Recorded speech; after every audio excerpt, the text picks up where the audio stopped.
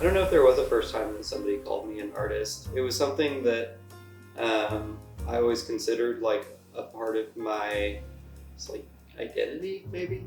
But I think it was just always like, oh, that's David, he's the art kid, you know. So I think it was always internalized in my head that like I liked to draw, and because I liked to draw, I just kind of did. Hi, I'm David Baker, local muralist, sign painter, event specialist, marketing person, creative handyman, designer, generally nice guy, depending on who you ask. Yeah, that's me. I grew up around it my whole life. My mom was an artist, my uncle was a photographer. We were just always making stuff. I think it was very encouraged to just create things. I think she would like encourage us to do it, and I mean the big thing was she took us to a lot of art museums, and it was more not because she wanted to have an influence on us, but it was like because she wanted to go to the art museums, you know. And so, but you know, naturally we're kids, so we're like, yeah, we're gonna tag along. And just growing up in that environment, I think was more. It was really cool because she would like talk about it and tell us like why what we were looking at was good and important. And it was a lot of classical art is what she was into. And so eventually kind of, as I got older, figured out what I liked and what I enjoyed. I've got a couple of her paintings. You might be able to see the one behind me is of me. She does these classical oil paintings. And I was a broke college student living in a house with like 4 other people. I was living in a garage. And we thought it would be funny to have like this pompous portrait of me in a gold frame. And so without telling my roommates, she just like knocked that painting out pretty quick, and then I hung it above the fireplace and all my roommates came home. But I think there's like, every once in a while I'll talk to some older creative and they'll just like say something that I internalize as some sage wisdom. And I think one of the things is that there's really only 2 steps of blanket statement to being a successful creative. Step 1 is to get good, and step 2 is to market for yourself. And the better you are at step 1, the easier step 2 is going to be. And I think the farther along I get into my career and the more I practice my craft, the more I find that to be true. Denton's a really weird place. I think the way I describe it to people is that Denton's like a small town with all of the small town drama, but you still get a lot of the amenities of a larger city. So we've got good food, we've got plenty of stuff to do, we've got their spaces, but then everybody also knows everybody's drama, which is kind of like addicting in a fun way, you know?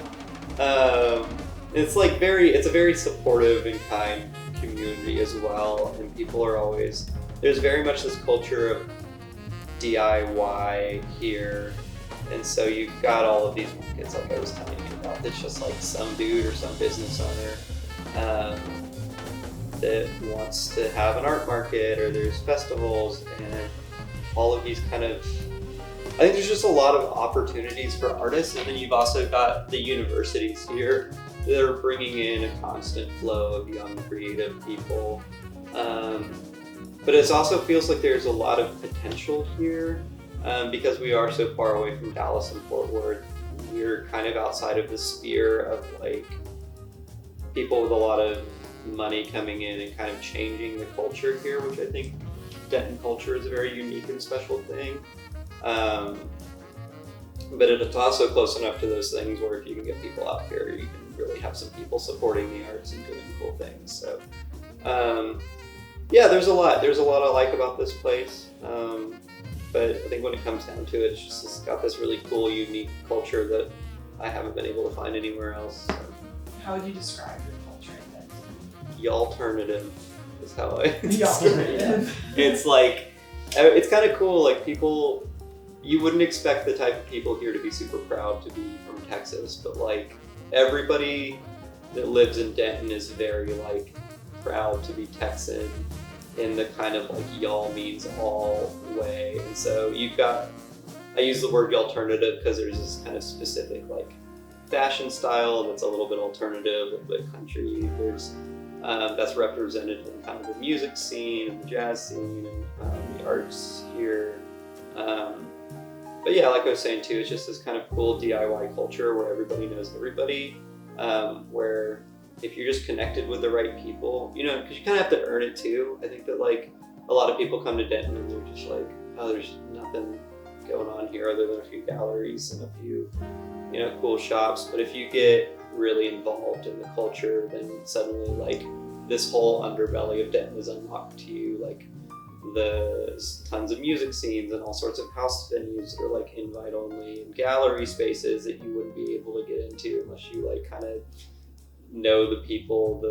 Even like the biking scene, there's like all sorts of cool cycling spot. Like it's really like if you participate in it, then Denton becomes so much cooler, I think. And there's just all of these kind of hidden gem spots that are hard to find unless you're contributing, which I think is really neat.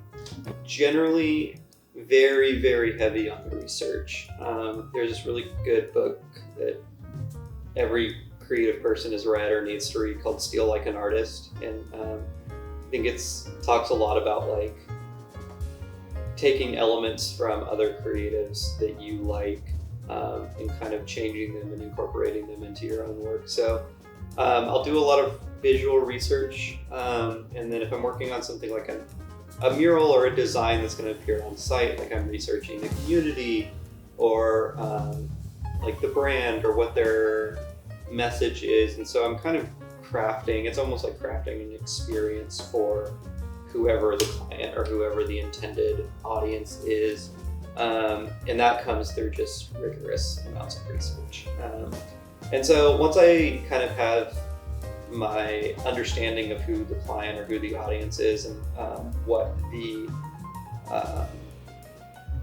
intended message is and kind of visual ideas of what it should look like, then I start just pen to paper sketching. I've always got a little notebook on me, and I'm just jotting down ideas, sketching out rough stuff. And then once I've kind of got a rough idea, I'll take it, either jump into the computer and start working there, or create larger, kind of tighter sketches until I'm kind of happy. And then it's just a continual process of refining, drawing,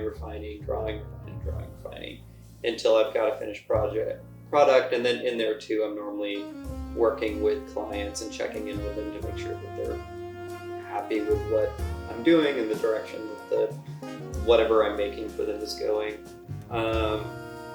So yeah, kind of generally that's how the projects go. It's just, like I said, research, idea generation, and then refining, rinse and repeat. Full project with somebody that's got the budget, then I'm sitting down with them. I've got like a whole list of questions, like basically a questionnaire that I'll send over to them, so I can kind of get an idea of like what are they looking for. And I used to just kind of ask those questions, but I found that like if I can get the client to think about their brand and their message and their voice and what they want, then they've got a clear understanding of what they want, and then they send that over to me, because a lot of times they don't know until they actually start thinking about it. And so I'll have them start thinking about it and take their thoughts and turn them into visuals. So there's definitely times where I'll make something and just, I really knocked it out of the park on this one. I can normally tell. Sometimes I'll be looking at something for way too long and I just have no idea if it's any good or not. Like I just had a piece go up on the square that's being well received, and it spent hundreds of hours, maybe not. I spent a really, really long time on it, and I finally got up, stopped looking at it for like a week, and I was riding by it yesterday, and I thought, I did a pretty good job on that, So it helps when it's being well received too, and other people are like saying nice things about your work. So, 31 Days of Denton Halloween is super cool. It's a big tourism initiative to get people out here and spending their money at local businesses, and to kind of create fun, free Halloween themed things for people to do all month long. And so with that, we've created a bunch of cool opportunities for local artists, including myself. I get to do a lot of really cool stuff. But yeah, we've got like a big maze that we're decorating, and got a local artist kind of filling that out. We're doing a mural over there. Got all sorts of art installations. I'm selling a bunch of merchandise at our local like visitor center, along with tapped a lot of other local artists that do cool kind of Halloween themed things, along with some of just the bigger name people to kind of contribute. But yeah, I mean, there's probably like 30 different creative projects going on right now, working on by 50 plus people. So yeah. Thrift For Good was looking for artists to submit concepts for a mural, but they ran their competition in a way that I really like, in that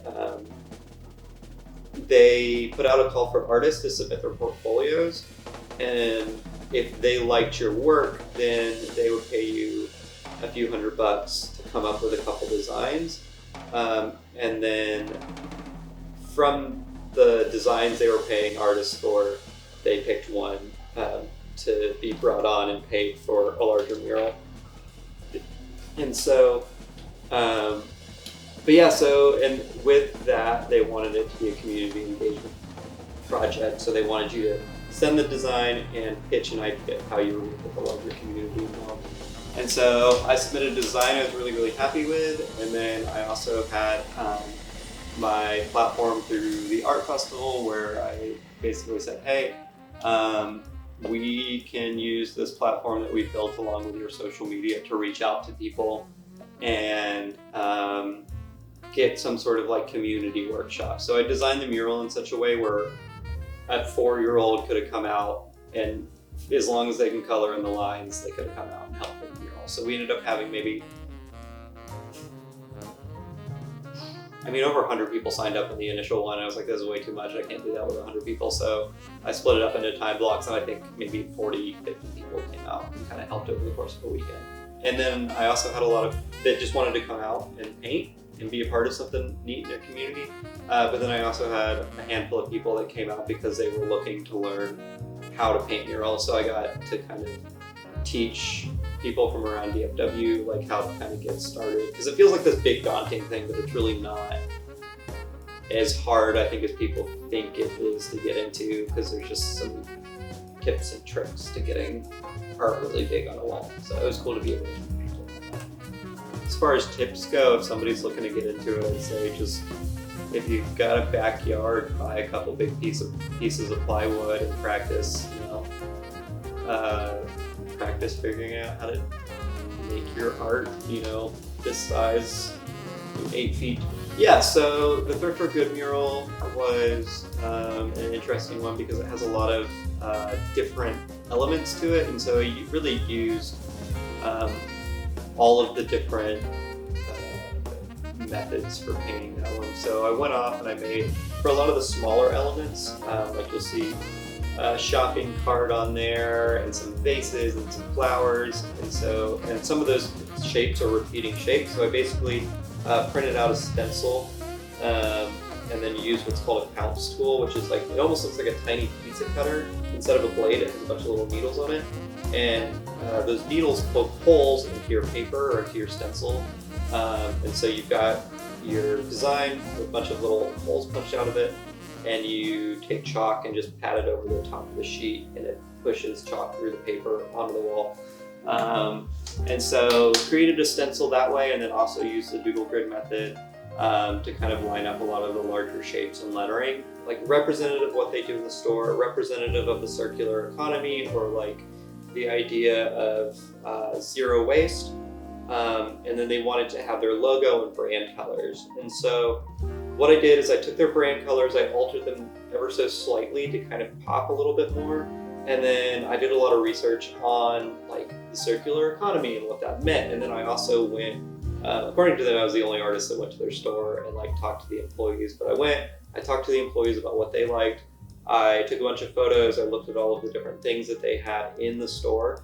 And then I took all of that reference and kind of turned it into this design. And then I also thought about the placement of the logo. So when you're driving by, you see this giant bright mural, but on the edge, it's like Thrift For Good. So thought a lot about the placement of things too. But yeah, I think I was just like, how can I check all of these boxes? And that's what I came up with. Yeah, it's cool. I mean, a lot, like I was telling you earlier, a big thing is like, we're not in the business of selling art. We're in the business of convincing people that what we do matters and that they should care about what we do. And so I want to, through that, like, I think that it's such an important thing to not only like support artists, but to support your local creatives, because those are the ones that are going in and adding a lot of visual value to your community. And if you have creatives who have the agency to do things within their community, then it's going to benefit everybody. You know, the cool thing about doing murals is that like it's something for the business, yes, to hopefully help, you know, some local guy drive more traffic to his local business, but it's also something that like everybody can appreciate and enjoy in the community, and it adds value to their neighbors' businesses too in the neighborhood, if it's in the neighborhood. But yeah, so I think with North Texas Makers specifically, we were just trying to be, in addition to providing artist space to succeed, we were also trying to provide opportunities for just anybody to, like, removing the barrier for anybody to purchase and appreciate local art. Oh, it's like the most important.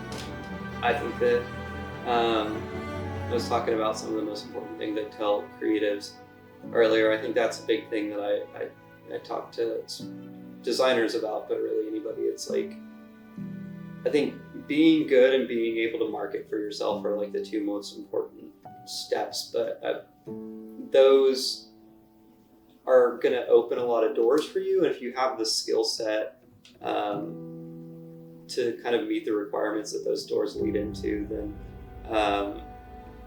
then you're going to be successful. I think you hear a lot about like artists being in the right place at the right time, which is certainly a part of it, but you get more right places and right times the more that you're able to network for yourself and build those connections. So a big thing that I try and do in the community is just like get to know everybody that I can, and also let all of those people know that I'm an artist and a designer, because like the amount of times that I've had some random person that I talked to like 5 years ago reach out to me because I'm the only artist or designer that they've ever met, and I get work because of that.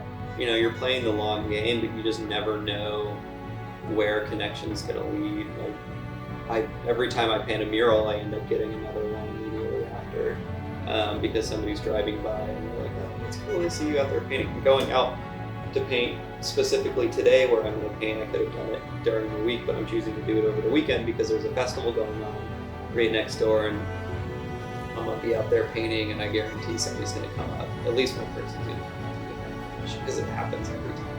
So, yeah, so it's super, super important. I think that if you don't want to network, then you should plan on being really, really, really, really good. You know? But it's just, yeah, the person that's networking is always going to have more opportunities than the person that's not. So.